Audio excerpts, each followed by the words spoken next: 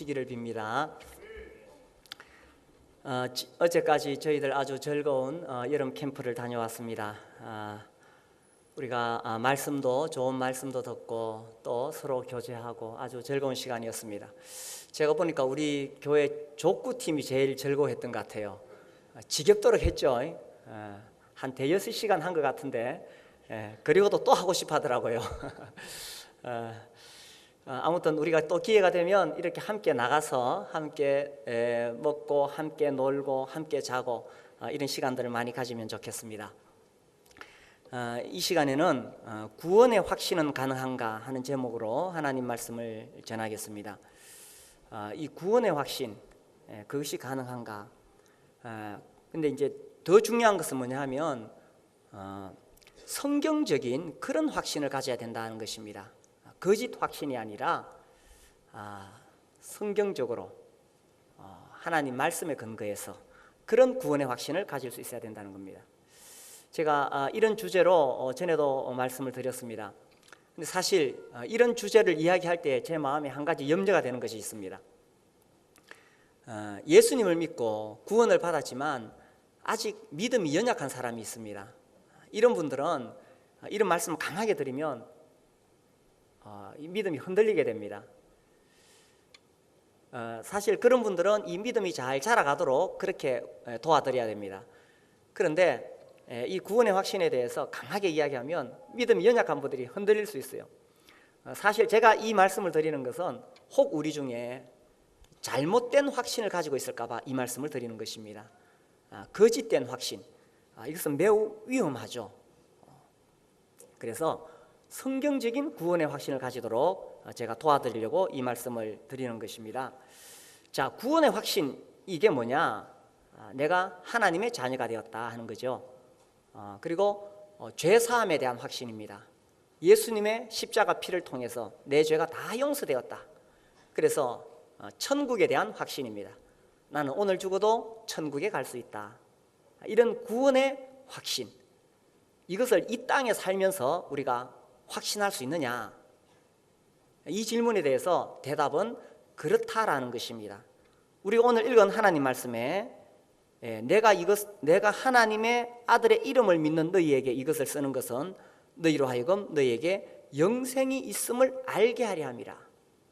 그러니까 죽어봐야 아는 것이 아니죠. 지금 이 땅에서 나에게 영생이 있다는 사실을 알 수 있다는 것입니다. 그래서 종종 그런 분을 만나요. 정말 열심히 교회 생활하고 신앙생활 했어요. 그런데 구원의 확신이 있습니까? 물어보면 내가 그걸 어떻게 알 수 있어요? 죽어봐야 알지. 아니에요. 이 말씀 보세요. 지금 알 수 있다는 거예요. 너희에게 영생이 있음을 알게 하려고 성경을 기록했다는 것입니다. 그래서 죽어봐야 하는 것이 아니라 지금 내가 구원의 확신을 가질 수가 있다라는 것입니다. 자, 이제 이 구원의 확신에 대해서 제가 첫 번째로 말씀을 드리고 싶은 것은 이 확신을 가지는 것이 매우 중요하다는 것입니다. 우리의 신앙생활에 있어서 구원의 확신이 없으면 매사에 흔들리게 됩니다. 그렇기 때문에 우리에게 확신이 필요합니다. 나는 모든 죄를 용서받았다. 그래서 하나님의 자녀가 되었다. 그래서 나는 천국에 갈 수 있다. 이것은 얼마나 놀라운 일인지 모릅니다. 이런 구원의 확신을 가진 사람은 세상에 두려운 것이 없습니다. 우리가 이 땅에 살면서 수없이 많은 어려운 일을 만나게 되고 또 고난과 환난을 겪습니다. 또 신앙생활에서 혼란을 겪기도 합니다. 그러나 구원의 확신을 가지게 되면 이 모든 문제로부터 이겨낼 수 있는 믿음이 생깁니다. 왜 이 신앙생활에서 구원의 확신이 필요하냐? 하나님께서 그것을 원하시기 때문입니다. 우리가 방금 요한일서 5장 13절을 읽었지요. 너희로 하여금 너희에게 영생이 있음을 알게 하려 함이라. 하나님의 아들의 이름을 믿는 너희에게 영생이 있다는 사실을 알려주고 싶은 거예요. 그래서 하나님이 원하십니다. 나에게 영생이 있다. 나에게 영생이 있다. 나에게 구원의 확신이 있다. 이것을 하나님이 원하신다는 거죠. 그리고 이 구원의 확신을 가질 때 우리의 심령에 평안이 오게 됩니다. 이 하나님에 대해서 공부를 하고 또 성경을 공부하게 될 때에 확신이 없으면 이 마음이 늘 불안합니다. 내가 과연 구원받았을까? 내가 과연 하나님의 자녀일까? 불안합니다. 그런데 확신을 가지게 되면 이 모든 것에서 벗어나 심령의 평안이 있습니다. 그리고 이 땅에 사는 동안에 하나님이 아버지고 내가 아들이기 때문에 또한 기도 응답에 대한 확신을 가지게 됩니다. 하나님 나의 아버지시니까 내가 기도할 때 하나님께서 들어주신다. 그리고 하나님께서 내 삶 가운데 함께 하시고 나를 지켜주시고 보호해 주신다. 그래서 살면서 어려운 일을 당할지라도 구원의 확신이 있는 사람은 흔들리지 않고 하나님을 의지하게 됩니다. 그리고 이 하나님 말씀이 나의 말씀이 됩니다. 이 성경을 통해서 하나님 말씀의 이 약속을 나의 것으로 체험하게 됩니다. 그렇죠? 그리고 우리가 전도할 때도 확신 있게 전도하게 됩니다. 내게 구원의 확신이 있기 때문에 내가 확실하게 하나님이 계신다, 예수님의 피로 구원받는다, 그리고 천국이 있고 지옥이 있다, 믿음으로 구원을 받고 믿지 않으면 지옥으로 간다, 이렇게 확신 있게 전도할 수가 있게 됩니다. 그래서 구원의 확신을 얻는 것은 매우 중요하죠. 제가 지난달에 미국에 갔을 때 그 목장을 섬기는 한 목자님과 면담을 했었어요. 이분은 많은 사람들에게 전도를 했어요. 그리고 목장을 여러 개를 분가하고 한국에도 아주 잘 알려진 그런 유명한 분이십니다. 그래서 이제 면담을 하면서 어떻게 해서 이런 일을 하게 되었습니까? 그러니까 이분이 자기에게는 이 두 가지가 크게 이 동기부여가 되었대요. 첫 번째는 구원의 확신을 가지게 되었다는 거예요. 죄사함의 확신, 하나님 자녀의 확신, 천국 갈 수 있는 확신. 이렇게 구원의 확신을 딱 가지니까 그때부터 굉장히 담대해지더라는 거예요.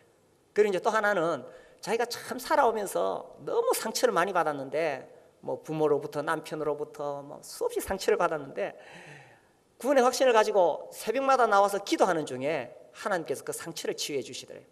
자기가 하나님 앞에 회개하고 하나님의 은혜를 구하고 이렇게 했을 때 그 상처를 극복할 수 있는 힘이 생겼대요. 그러면서 이제 내가 목자로 섬겨야 되겠다, 이렇게 하면서 많은 분들에게 전도를 하게 됩니다. 근데 이분이 계속 강조하는 것이 그렇게 나설 수 있는 첫 번째 동기는 구원의 확신이었다는 거예요. 저는 그 이야기가 충분히 이해가 됩니다. 우리가 구원의 확신을 가지게 되면 이것은 우리의 삶을 변화시키는 원동력이 된다는 것입니다. 구원의 확신이 있습니까? 옆 사람에게 물어보세요. 구원의 확신이 있습니까? 자, 그런데 우리가 확신을 가지지 못하는 이유가 뭐냐? 이것은요, 특별한 사람만 구원의 확신을 가진다고 생각하기 때문입니다. 그래서 뭐 자기를 보니까 뭐 특별한 게 없어, 더구나 너무나 부족해, 자기 성질, 기질을 보니까 너무 부족해, 뻑하면 화를 내고 또 자기 마음에 안 들면 막 짜증이 나고 불평하고 또 하나님을 잘 못 믿고 자기를 보니까 늘 부족해. 그리고 무엇보다 살아가면서 자꾸 죄를 짓는 거예요. 그러니까 아유, 나 같은 사람이 어떻게 구원의 확신을 가질 수 있나? 구원의 확신은 특별한 사람만 가질 수 있을 거야. 저렇게 신령하신 분, 저렇게 경건하신 분, 야, 우리 교회 보니까 참 저 형제님 너무 신령하시네, 너무 훌륭하시네.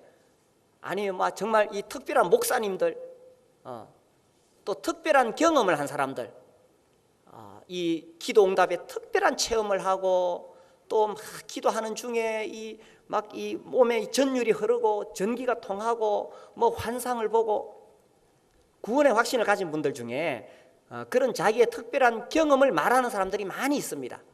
그리고 주님 앞에 쓰임받은 훌륭한 종들 중에 예를 들어서 뭐 존 웨슬리나 뭐 D.L. 무디나 이런 분들도 자기가 구원의 확신을 가졌을 때 엄청난 어떤 그 경험을 하는 것을 이야기를 합니다.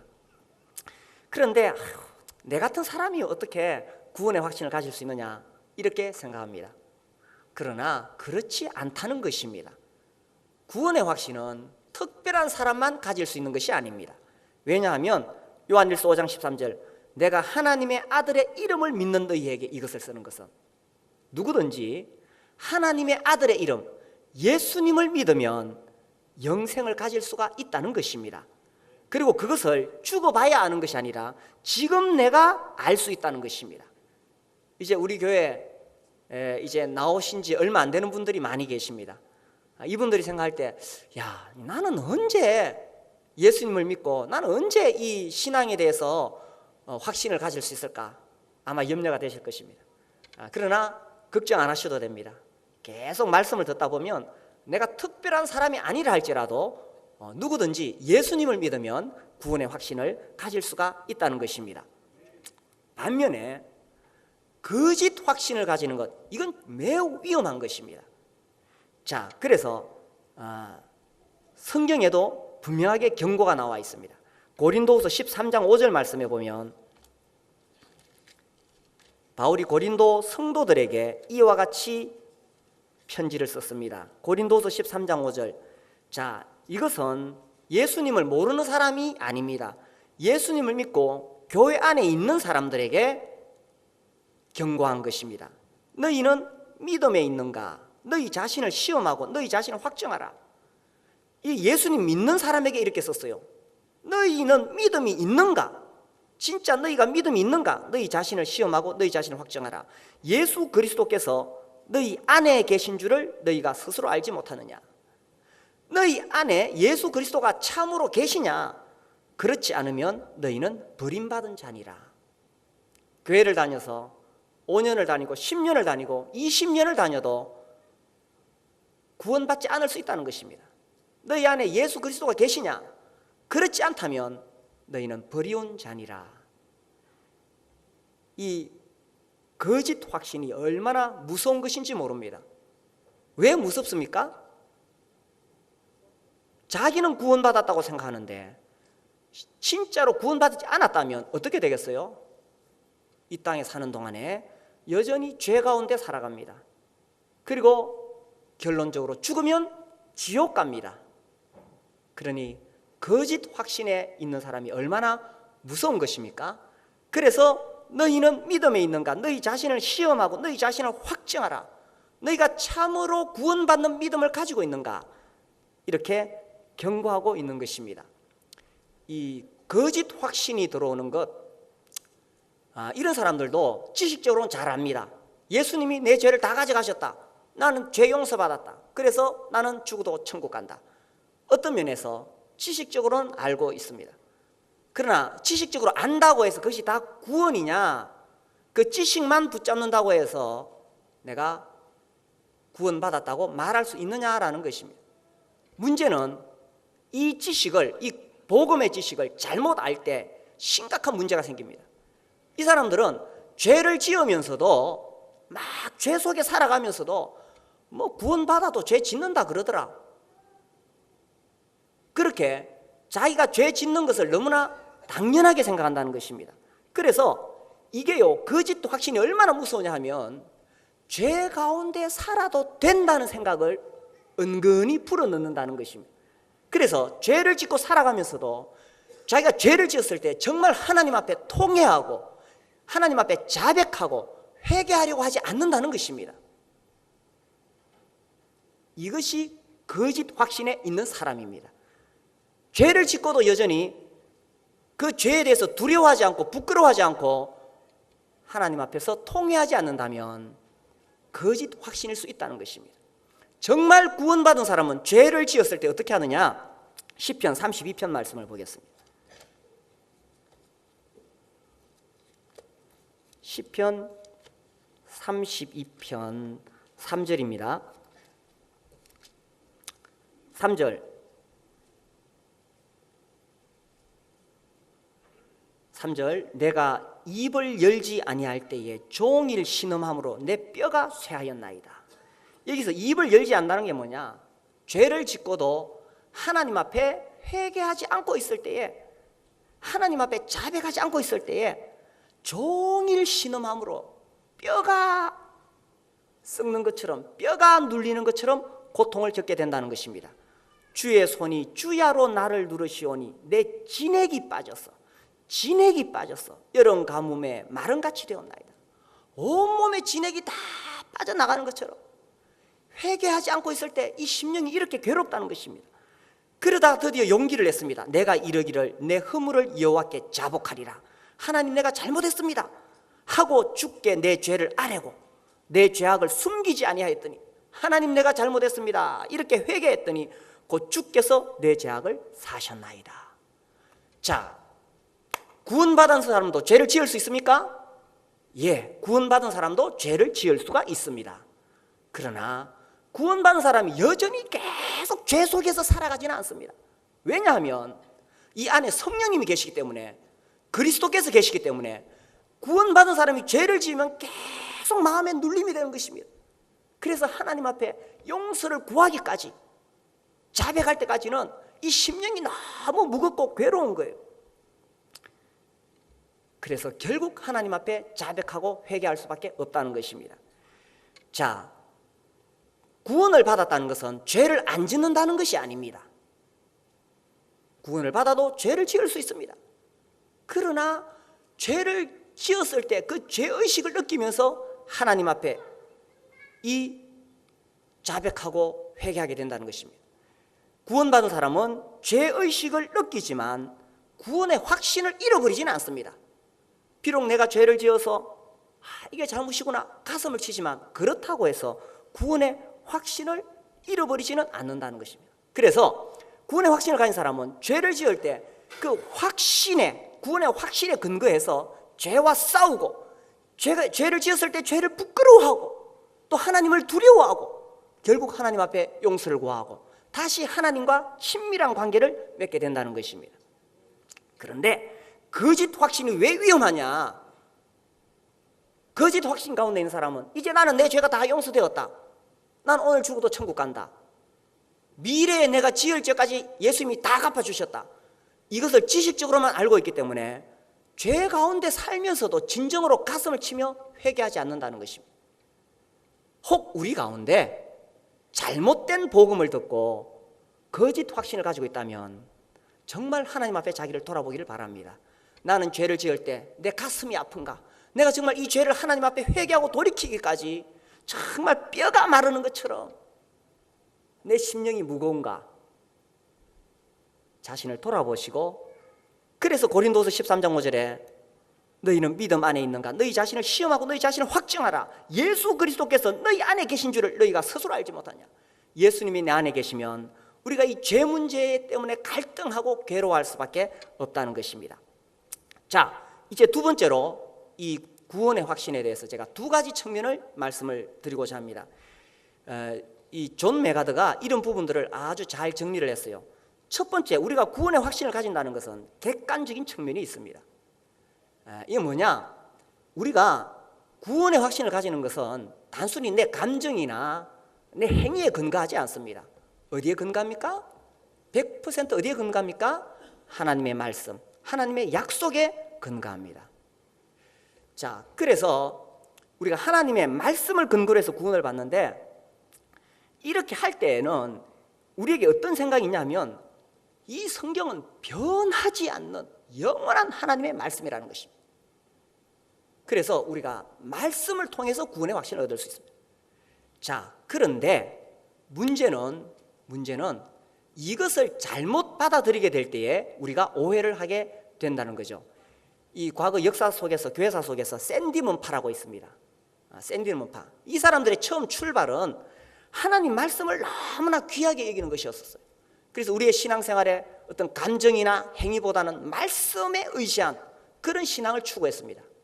그런데 문제는 그렇게 하다 보니까 어떤 문제가 생기냐 하면은, 자, 성경에 그렇게 나와 있지 않느냐, 성경에 이렇게 하면은 예수님이 십자가로 내 죄를 다 용서했다고 했으니까 그러니까 네가 구원받은 거 아니냐, 계속 지식적으로 그렇게 넣었습니다. 그렇게 했을 때 어떤 문제가 생기느냐, 이것을 지식으로만 알고 구원받았다고, 말로만 구원받았다고 말하고 전혀 삶의 변화가 따라오지 않더라는 것입니다. 최근에 우리나라에 큰 문제로 세월호 사건이 있었습니다. 그리고 그 대표자였던 유병헌 회장이 비참하게 만로를 맞이했습니다. 제가 듣기로 그분이 젊은 시절에 예수님 믿었을 때는 정말 열정을 가지고 순수하게 복음을 전했다고 합니다. 그런데 왜 만로가 이렇게 되었을까요? 이게 구원파의 구원론인 것입니다. 구원파의 구원론. 그러니 예수님이 내 죄를 다 가져가시기 때문에 믿기만 하면 구원받는다. 그 다음에 행위 상관없다는 것입니다. 그러다 보니까 이 죄 문제에 대해서 정말 죄를 지었을 때 하나님 앞에 회개하고 돌이키는 것을 가르치기보다는 죄를 지어도 오늘 죽어도 천국에 간다는 것입니다. 그래서 제가 봤을 때는 왜 구원파가 오늘날 저렇게 되었느냐라고 했을 때 저는 이 구원파의 구원론에 심각한 문제가 있다고 생각이 되어지는 것입니다. 그래서요, 이 객관적인 측면에서 우리의 어떤 경험이나 생각, 감정보다 성경에 근거해서 구원을 받는 것은 매우 중요합니다. 그러나 이것이 잘못되면 말로만, 지식적으로만 구원받았다고 말할 수 있다는 것입니다. 자, 두 번째로 구원에는 주관적인 측면이 있습니다. 우리가 확신을 가질 때, 자, 예수님을 믿어 구원을 받으면 우리의 삶의 변화가 오겠어요, 안 오겠어요? 옵니까, 안 옵니까? 틀림없이 올 수밖에 없습니다. 그렇죠? 우리의 삶의 변화가 옵니다. 근데 이제 문제는 뭐냐면 지나치게 어떤 변화, 내가 예수 믿고 어떻게 변화되었느냐, 여기만 계속 초점을 두게 되면 이게 확신이 자꾸 흔들려요. 왜냐하면 자기를 계속 바라보게 되니까 우리 인간의 행위는 늘 변하거든요. 우리 인간의 감정은 늘 변하거든요. 그러니까 이게 계속 불안한 겁니다. 역사 속에서 이 청교도들이 그랬어요. 사실 청교도들은 정말 말씀대로 살려고 애를 쓴 순수한 분들인데 이 청교도들의 설교의 대부분이 구원의 확신에 대한 것입니다. 그리고 이 구원의 확신에 대해서 수많은 책들을 썼어요. 그런데 이들은 단순히 지식적으로만 믿는 것을 인정하지 않았습니다. 정말 성령이 오셔서 네 삶에 변화가 오느냐라는 거예요. 그러니까 이 사람들은 어쩌면 평생을 구원의 확신을 얻기 위해서 달려갔던 사람들입니다. 자, 보세요. 아무리 경건한 사람이라도 이 안에는 여전히 죄가 있습니다. 그러니까 인간 자기 자신을 보면 이 구원의 확신이 흔들릴 수밖에 없다는 거예요. 그래서 이 객관적인 측면과 주관적인 측면이 본래 의도가 있는데 이것을 잘못 이해하게 되면 우리 신앙생활에 큰 혼란을 겪을 수 있다는 것입니다. 자, 그래서 이제 제가 이 주관적인 측면을 말씀드릴 때 어떤 분들은 막 이렇게 흔들리기 시작합니다. 내가 정말 구원을 받았을까? 정말 내 삶에 변화가 있을까? 그래서요, 이제 이런 부분들을 우리가 종합적으로 그럼 성경적인 확신을 우리가 어떻게 얻을 수 있느냐 이제 생각을 해보겠습니다. 성경적인 확신에 있어서 첫 번째로 우리가 이 객관적인 측면을 절대로 무시할 수가 없습니다. 우리가 구원의 확신을 얻기 위해서는 이것은 단순히 나의 어떤 감정이나 생각에 둘 수 없겠죠. 전적으로 하나님의 말씀에 근거한 것입니다. 자, 우리 요한일서 5장 13절 다시 한번 보겠습니다.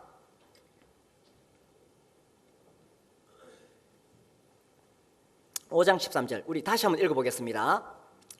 시작. 내가 하나님의 아들의 이름을 믿는 너희에게 이것을 쓰는 것은 너희로 하여금 너희에게 영생을 있음을 알게 하려 함이라.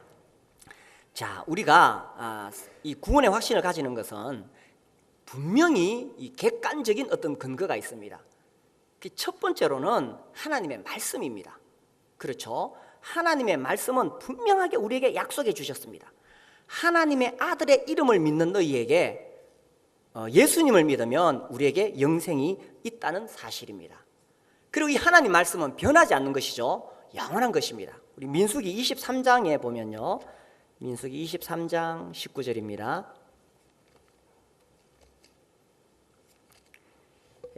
이 구원의 확신에 관한 부분에 있어서 이 말씀은 매우 중요합니다. 23장 19절 제가 읽겠습니다. 하나님은 사람이 아니시니 거짓말을 하지 않으시고 인생이 아니시니 후회가 없으시도다. 어찌 그 말씀하신 바를 행하지 않으시며 하신 말씀을 실행하지 않으시랴. 자, 이 말씀 보면 하나님의 말씀은 정말 분명하게 이루어질 수밖에 없고 하나님 절대로 거짓말하지 않으신다. 하나님께서 약속하시면 반드시 하나님께서 행하신다는 것입니다. 자, 그러므로 우리가 요한일서 5장 13절과 비교할 때 내가 예수님 믿으면 분명하게 나에게 영생이 있다는 것입니다.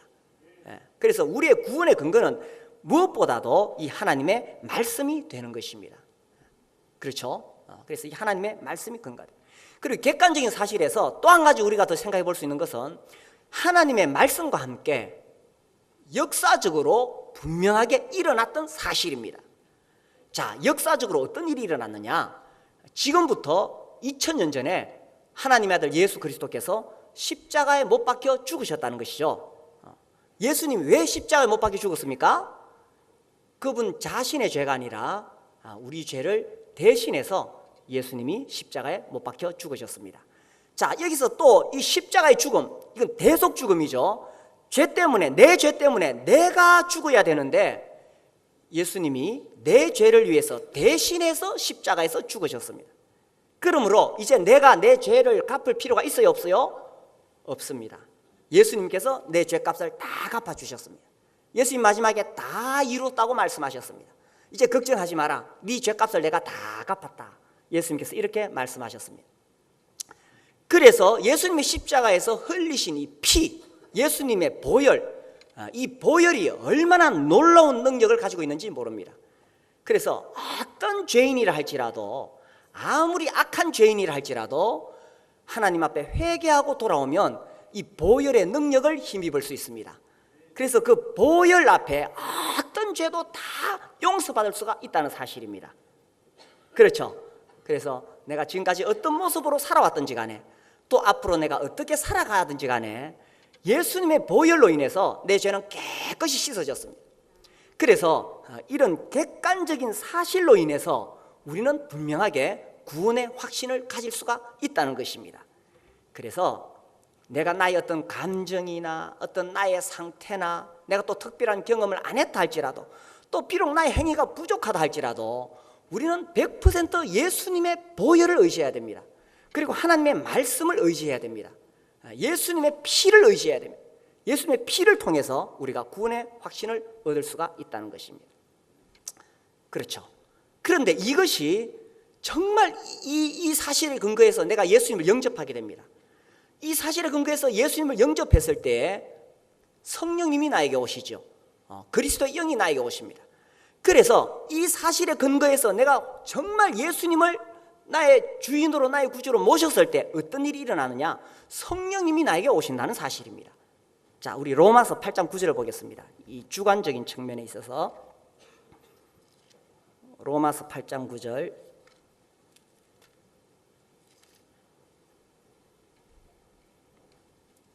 자, 이 말씀을 우리가 함께 읽어보겠습니다.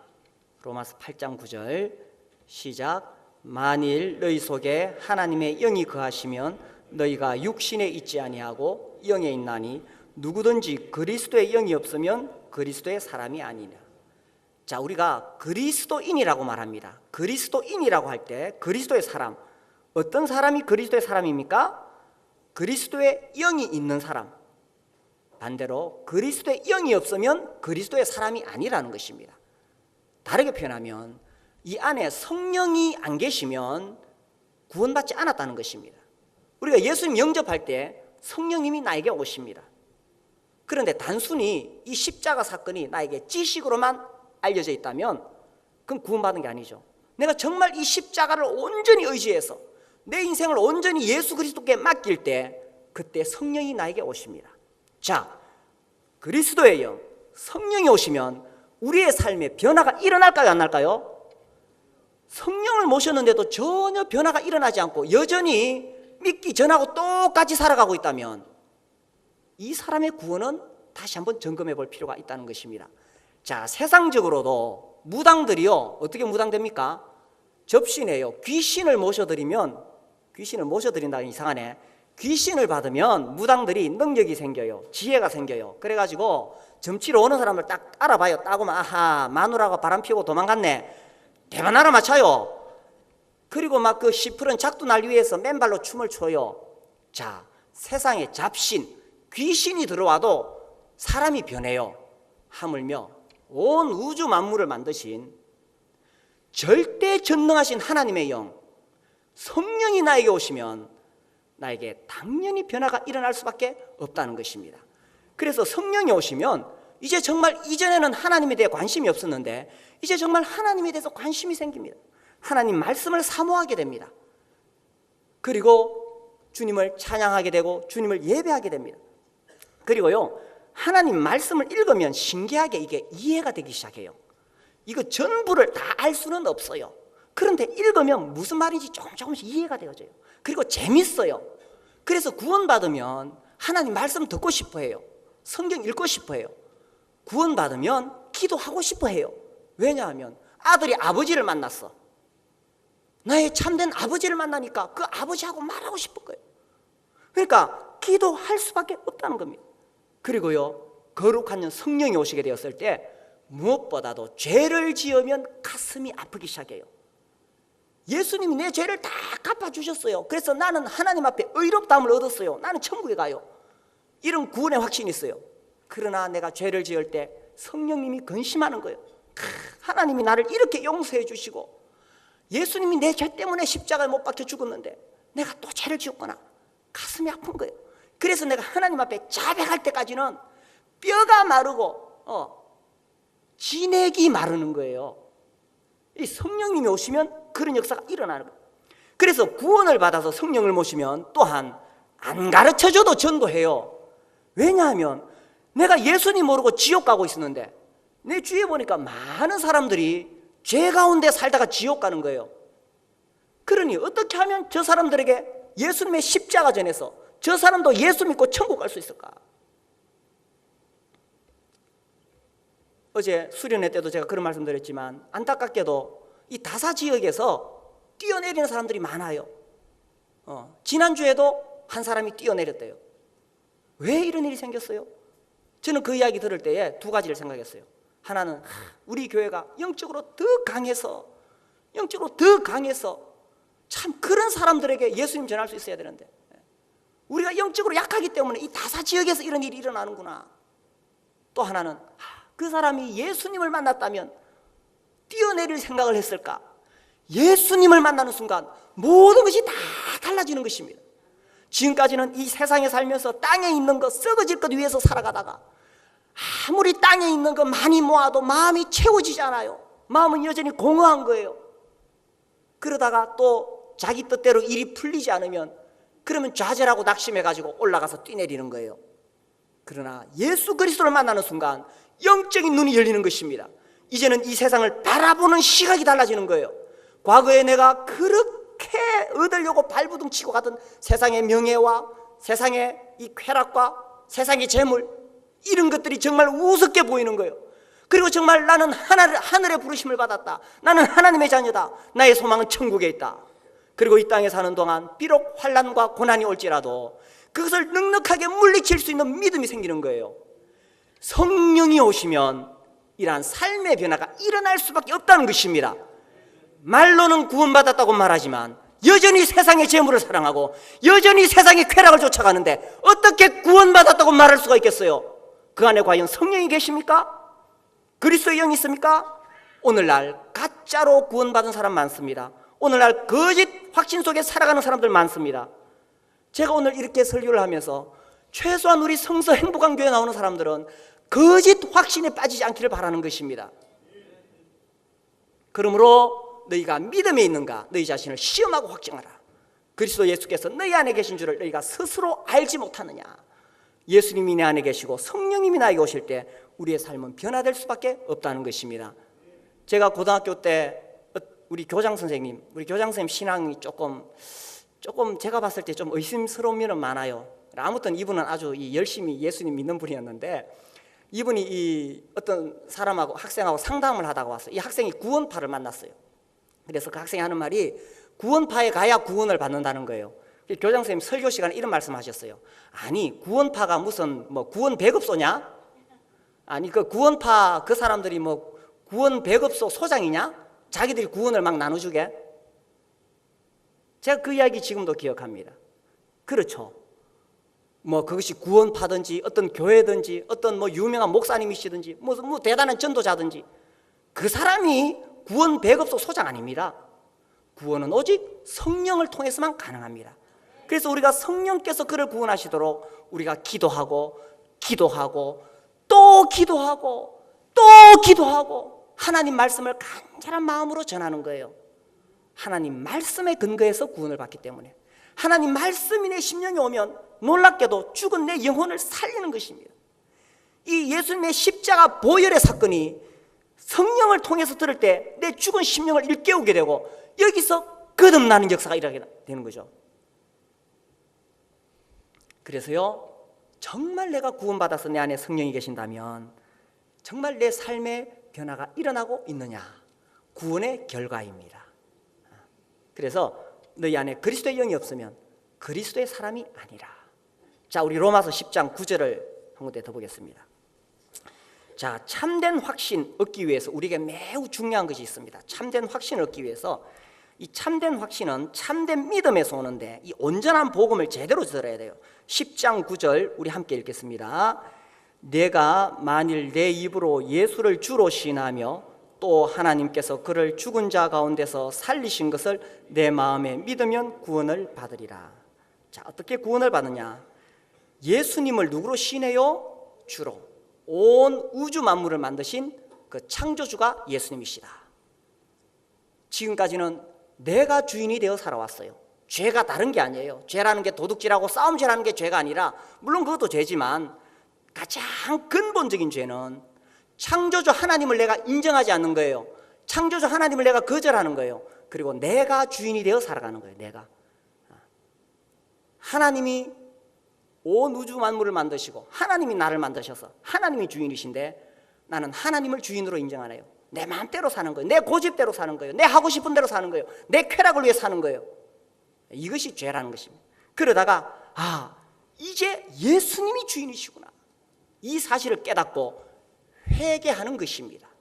하나님 지금까지 내가 잘못 살았습니다. 예수님이 주인이십니다. 내가 회개하고 그리고 예수님 앞에 굴복하고 순종하는 것입니다. 예수님을 주님으로 모셔드리는 것입니다.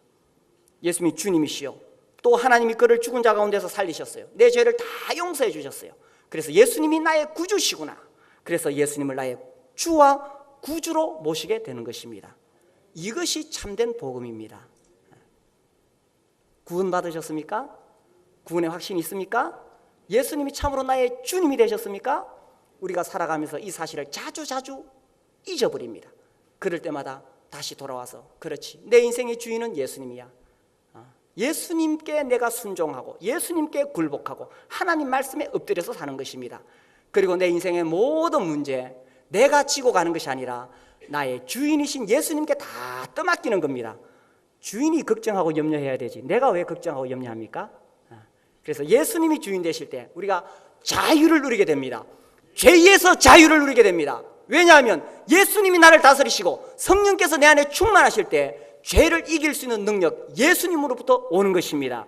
나에게서 죄를 이길 수 있는 힘이 절대로 없습니다. 내 안에 계신 성령님이 죄를 이기게 합니다. 또한 예수님이 나의 주인이 되실 때 세상의 모든 염려와 근심 이제 예수님께서 다스리시기 때문에 죽어도 내 인생은 주님의 것이요 살아도 주님의 것이다. 내 인생을 주님께 맡겼기 때문에 자유를 누리게 되는 것입니다. 예수님을 주와 구주로 모시고 자유하면서 살아가시게 되기를 바랍니다. 우리 일어나서 기도하겠습니다.